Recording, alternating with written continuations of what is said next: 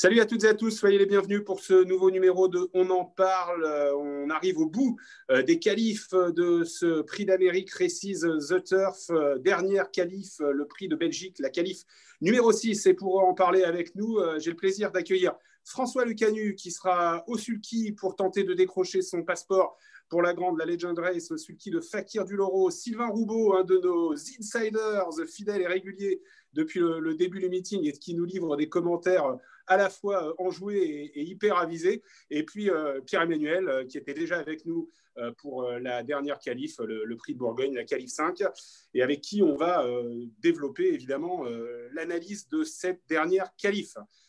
On va tout de suite regarder les partants. Les gars, Pierre-Emmanuel, je vais te laisser nous commenter cette liste. Il n'y a pas vraiment de surprise. Ils sont 13 et il y a eu Chikajoud qui a été enlevé entre le dernier forfait et aujourd'hui. C'est ça, Chikajoud, elle avait été un moment enlevée par Alain Laurent. Il avait décidé de la remettre dans la liste et finalement, il s'est ravisé. Donc, c'est un peu inquiétant. Alain nous avait dit qu'il hésitait entre le Cornulier et le Prix de Belgique. Finalement, il a décidé de ne même pas courir cette dernière qualif. Donc, elle ne pourra pas être présente dans le Prix d'Amérique. C'est dommage parce que c'est une jument de qualité, mais bon, on ne l'avait pas vue vraiment à l'honneur ces derniers temps. Elle avait eu de mauvais parcours. Elle n'était pas la jument qu'on avait vue l'hiver dernier. Donc, elle ne sera pas de la partie dans l'Amérique dans 15 jours. En revanche, bon, on a des clients. Évidemment, FaceTime Bourbon n'est pas présent parce que lui, on savait qu'il se préparait à la course dans 15 jours sans participer à cette dernière qualif. Mais il y a Davidson Dupont qui va être là en étant déféré des 4 pieds. Il y a Vitruvio, le nouveau pensionnaire de Jean-Michel Bazir, qui est présent également. Je vois qu'il est annoncé déféré des 4 également avec Mathieu Abrivard. Ça va être hyper intéressant de le suivre. Fakir du Loro qui va tout faire pour essayer de se qualifier. Et des petits nouveaux également, enfin des petits nouveaux. Une nouvelle, c'est Elsa de Belfond qui tente sa chance là, avec Nicolas Elge du sud-est de la France. Ça va être un moment certainement sympa pour Nicolas Elge de participer à cette course. Et puis Tony Gio, Billy Montfort pour l'écurie Garato, Feliciano qui sera également de la partie, Looking Super, Modi Viking, Frisbee Dam qui va être ferré des 4 pieds, Victor Ferme sera également ferré des 4, tout comme Fairywood. Ouais, il n'y a pas beaucoup de partants, il y a 13 chevaux, mais ça va être une course intéressante à suivre. Oui, avec pas mal de chevaux qui auront des ambitions, comme tu le disais, PE, limitées. Un mot, tiens, avec toi, Sylvain, est-ce que c'est une surprise pour toi de voir Davidson déférer des 4 ? Est-ce que ça veut dire pour toi qu'il va tout faire pour essayer de la gagner, qu'il a vraiment besoin par rapport à la dernière de s'ouvrir encore un peu ? Oui, certainement. Après, moi, l'autre jour, sa perf, elle est très bonne. Hein. Les temps de passage, la montée, ils sont en moins de 11. Dans le tournant, FaceTime lui met encore la pression. À mi-virage, le cheval, il reprend le collier. Tu peux penser qu'il va gagner. Il est battu au poteau, il est 4e. C'était sa première vraie course du meeting. Voilà. Moi, je pensais, sachant qu'il est qualifié, je pensais qu'il n'allait pas le déférer. Là, s'il défère, c'est pour essayer de la gagner. Maintenant, je pense qu'il va essayer de la gagner, mais plutôt en venant de derrière. Est-ce qu'il t'a convaincu pleinement, toi, PE, Davidson, dans la qualif numéro 5 ? Ah non, moi, je n'ai pas été complètement convaincu. D'ailleurs, je me disais avant le coup que même si Jean-Michel avait annoncé qu'il n'était pas à 100%, que s'il n'arrivait pas à donner la réplique à FaceTime en étant déféré des 4, c'était difficile de gagner l'Amérique. Maintenant, Jean-Michel a dit vraiment que le cheval n'était pas prêt. Il s'en était occupé la semaine du Bourgogne, mais il n'était pas au sulky avant. Donc, on imagine qu'il va grimper. Moi, le seul souci que j'ai en revoyant la course du Bourgogne, c'est que je trouve que Davidson Dupont n'a pas été aussi dans son style. Fluide, il rebondissait pas beaucoup sur la piste, je le trouvais pas forcément avec beaucoup de ressorts et j'ai l'impression qu'il était moins vaillant, moins impressionnant que l'hiver dernier. Alors on va peut-être voir un Davidson complètement différent dimanche, j'espère que ce sera le cas parce que s'il n'est pas différent dimanche que lors de cette course du Bourgogne, à mon avis ça va être très très compliqué de donner la réplique tout simplement à FaceTime Bourbon ou encore à un Guderi près. François, toi, on parlera de Fakir bien sûr après, mais vu de l'extérieur, comment tu l'as jugé cette course de Davidson ? Davidson, il a envoyé, hein, il n'avait pas fait de course de l'hiver, il a couru mais toujours derrière, je pense qu'il avait besoin de ça. Après, il a tout fait aussi pour faire travailler sa femme, je pense. Voilà, parce que normalement avec le 9, Adéné au banc, tout était réuni pour que FaceTime tombe l'autre jour. Et il a quand même été poteau, quoi. Tout simplement, après, oui, Davidson, il avait besoin de cette course-là. Et sûrement encore c'est l'avenir pour l'avoir au top pour aujourd'hui. François, si tu arrives à te rapprocher un tout petit peu de ton device, de ton téléphone ou de ta tablette, je ne sais pas, parce qu'on t'entend d'assez loin. C'est vrai que, Sylvain, l'autre façon de voir, et après on partira directement sur le Belgique, la façon d'analyser le Bourgogne, c'est aussi peut-être de se dire que Davidson a dû faire beaucoup travailler FaceTime pour qu'il gagne. Oui, voilà, c'est ça. Il a fait travailler, il lui a répondu dès que l'autre a attaqué. Et voilà, il n'est pas mort à l'entrée ligne droite, il est quatrième, quoi. C'était ça. Les premières courses préparatoires qu'il a fait, c'était vraiment du light, quoi. Hein. Je pense que Jean-Michel n'avait pas commencé à l'entreprendre à Grosbois début novembre. Hein. Donc, moi, je trouve que, après, comme dit PE, c'est vrai qu'après, dans l'allure, il a toujours été un petit peu comme nonchalant, un peu de mal à tourner, de prendre le dernier tournant. Ça, c'est l'hiver dernier, c'était la même. Hein. Même si on s'attendait peut-être un petit peu mieux. Hein. Mais bon, moi, je trouve que sa perf est bonne. Quoi. Voilà. Ouais, peut-être un peu moins tonique, un peu moins rebondissant donc pour PE, on va voir. Et voilà, et c'était son premier vrai parcours. Ouais. Le chrono est là. Voilà, moi, dimanche, il va dans le Belgique. Dimanche dans le Belgique, il est là pour gagner, quoi. Donc, et il est là pour gagner. Il y en a un autre qui est là pour nous rassurer. PE, c'est Vitruvio. Alessandro Gocciadoro, qui a été 5e de l'Amérique l'année dernière avec lui, l'a confié à Jean-Michel Bazir parce qu'il trouvait que son cheval avait du mal à encaisser son périple scandinave du printemps et de l'été. Et puis, il y a eu ce problème en début de meeting, petit problème respiratoire, et puis soigné. Il est venu travailler à Vincennes l'autre jour. C'est un peu le piment de ce prix de Belgique, Vitruvio. On a envie de savoir où il en est. Hein. Oui, absolument. On veut savoir où il en est parce qu'on connaît sa qualité. On sait qu'il est capable de bien faire sur la longue distance de Vincennes, sur la grande piste, alors que bon, on a l'habitude de le voir surtout sur les courtes distances.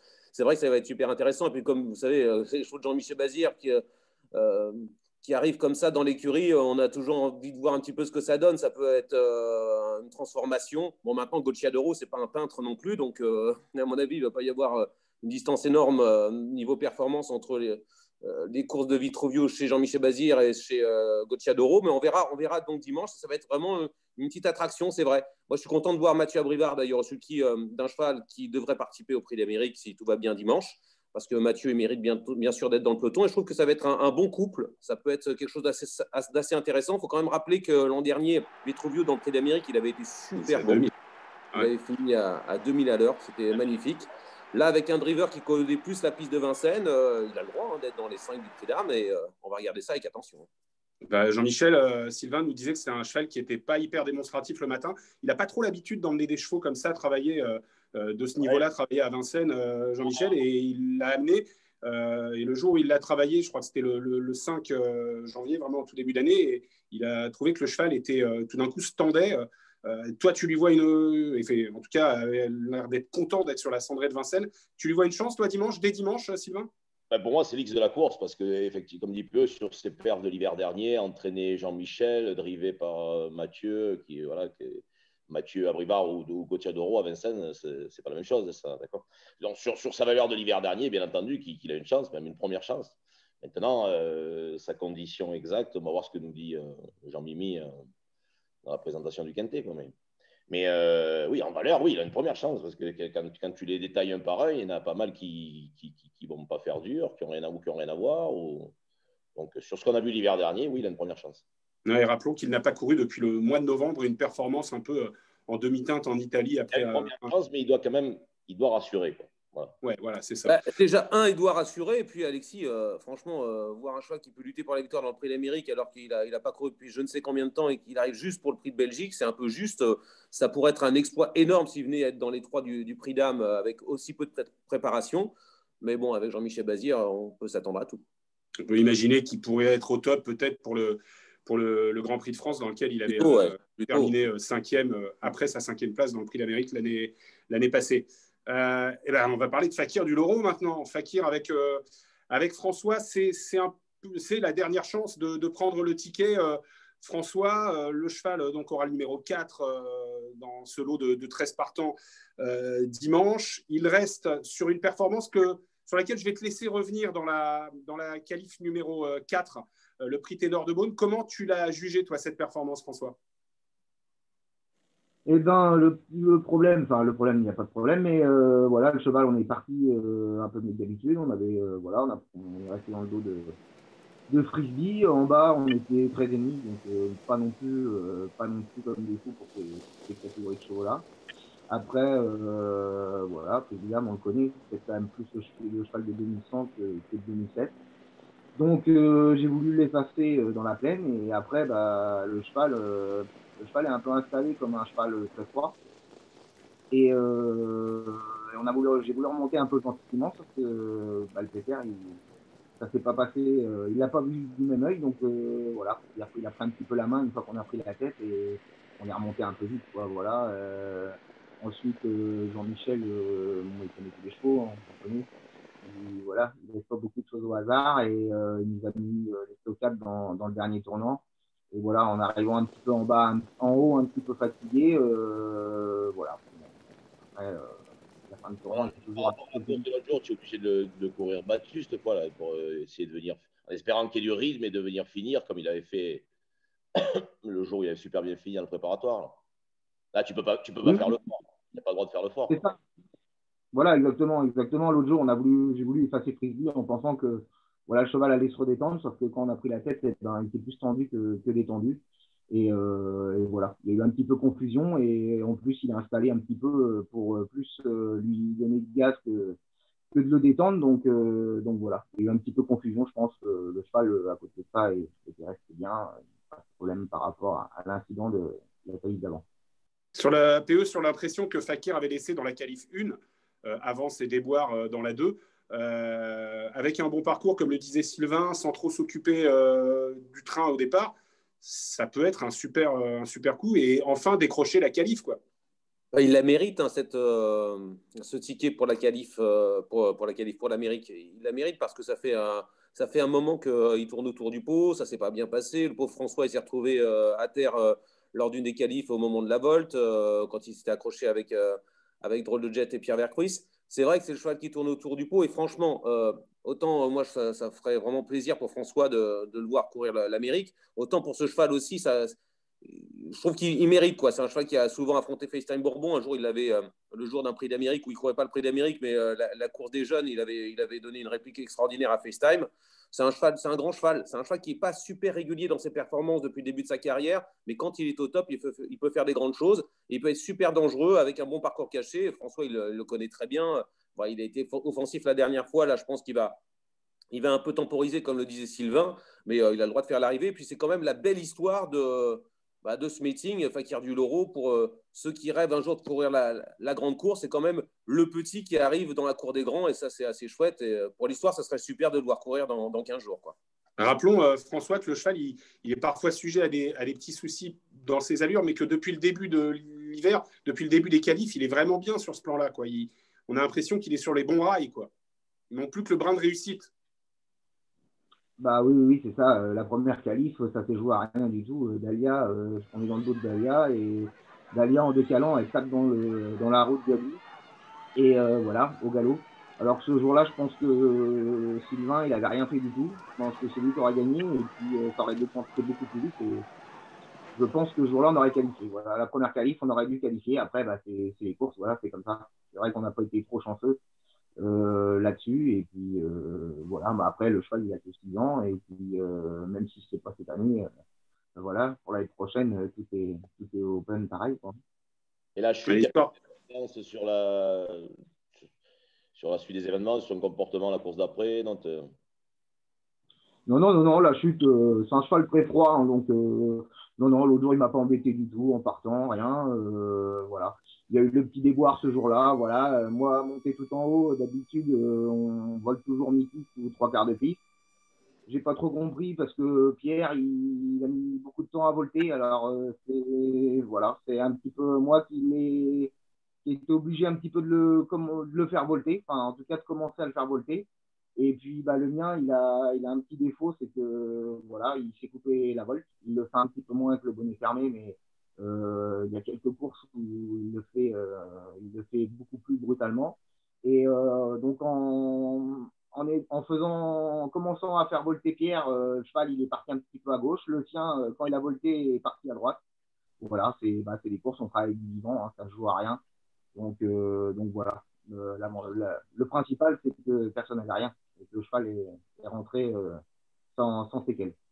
Tu as eu des échos d'entraînement. J'imagine que le boulot, là, depuis le ténor, c'est de l'avoir gardé avec un peu le maximum de fraîcheur possible, François. Oui, parce que contrairement aux autres, on a couru de bonne heure, hein, on a couru cet été et tout. Donc voilà, le cheval, il a quand même pas mal de courses dans les jambes. Non, Michael, il connaît le cheval. Hein, voilà, jusque-là, il nous l'a amené toujours au top. Donc, il n'y a pas de raison que, s'il court, il n'y a pas de raison que le cheval ne soit pas resté bien. On va parler maintenant de la reine de la côte avec Sylvain. Il est bien placé pour nous en parler, Sylvain.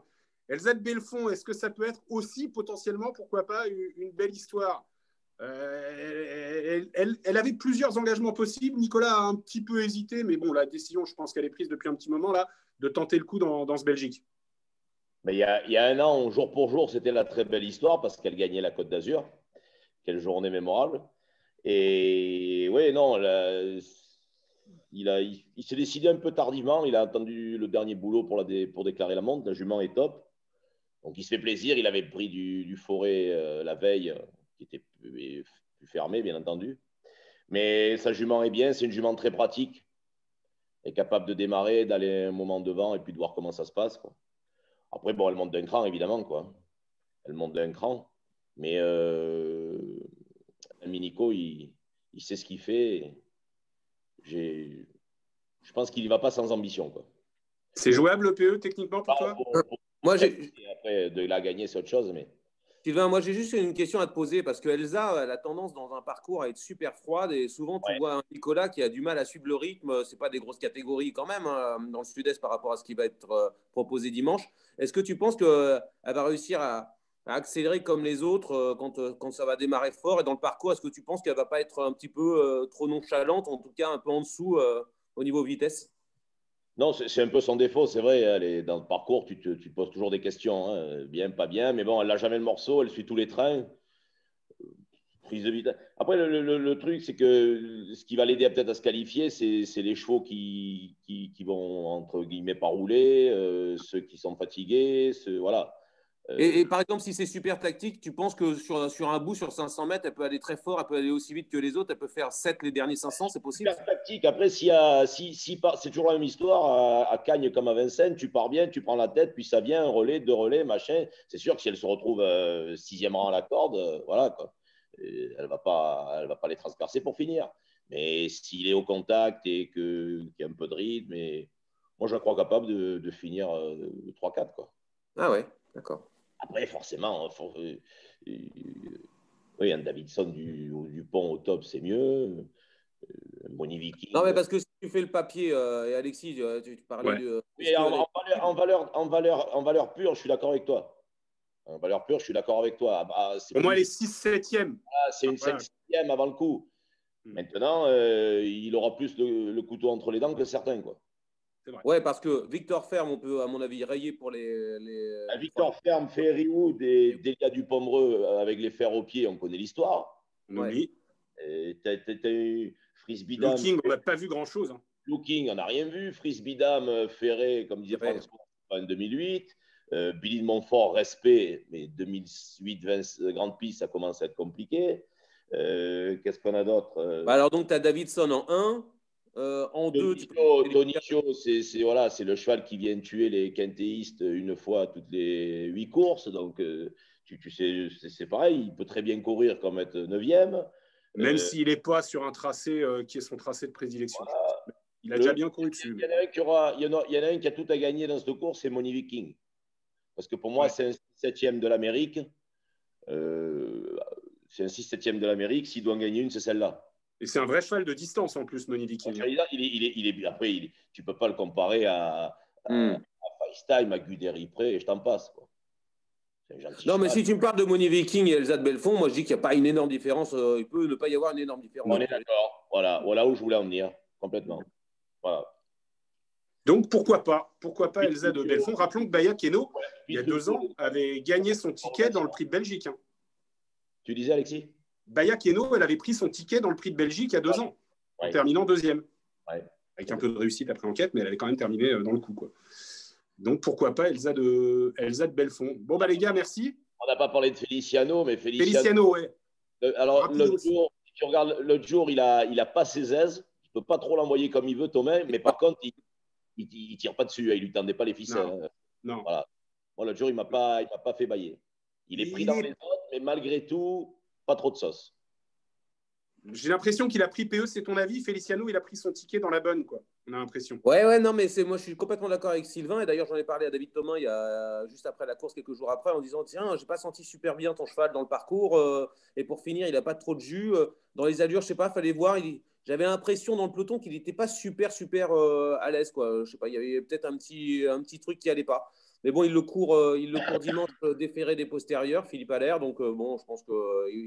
Il a dû reprendre un petit peu un peu de morale, un peu de mordant. Il en faudra de toute façon pour finir fort. On connaît ses qualités de finisseur. Mais là, aujourd'hui, entre Fakir et Feliciano, c'est pas parce que François est avec nous, mais je dirais pourquoi pas Fakir, quoi. Ouais, et puis Feliciano, lui, il a déjà son ticket, donc on va encourager François à prendre le sien. Fakir, un cheval qui vient de décevoir comme l'autre jour, même s'il a des circonstances atténuantes, je veux dire, tu te poses toujours la question quand tu fais le papier d'une course, qu'un cheval vient de mal courir. Moi, j'aime bien les revoir. Je me rassure une fois avant de tirer de grandes lignes, quoi. Après, évidemment, on sait qu'en valeur, il a une première chance dimanche. Ça, c'est clair. Exact. Allez, François, allez la Normandie. Ouais. Et allez, Sylvain, pour le commentaire, hein, parce qu'on se régale, hein, Sylvain, avec tes commentaires. Excellent. Moi, j'ai adoré le au passage du poteau du Prix de Bourgogne. Le petit souffle de soulagement pour FaceTime. C'était très drôle. Ça, c'est une idée de PE on a serré les fesses. Qui a demandé à Sylvain de nous accompagner pendant tout l'hiver. Et on se régale avec tes commentaires avisés et plein de bonne humeur. Merci, les gars. Salut, à dimanche. Et Bonsoir, on croise les doigts pour toi. On ne souhaite pas de malheur aux autres, évidemment, mais tu es avec nous, donc on croise les doigts et on a besoin d'un petit pousset dans le Prix d'Amérique. Donc on va être avec Fakir du Loro pour qu'il se qualifie. Et bravo pour les petites peluches aussi, hein, François, parce que j'ai François est bien père de famille, c'est confirmé, c'est pas simplement un grand enfant. Non. Pas seulement. Salut. Comme toi, quoi. Ciao.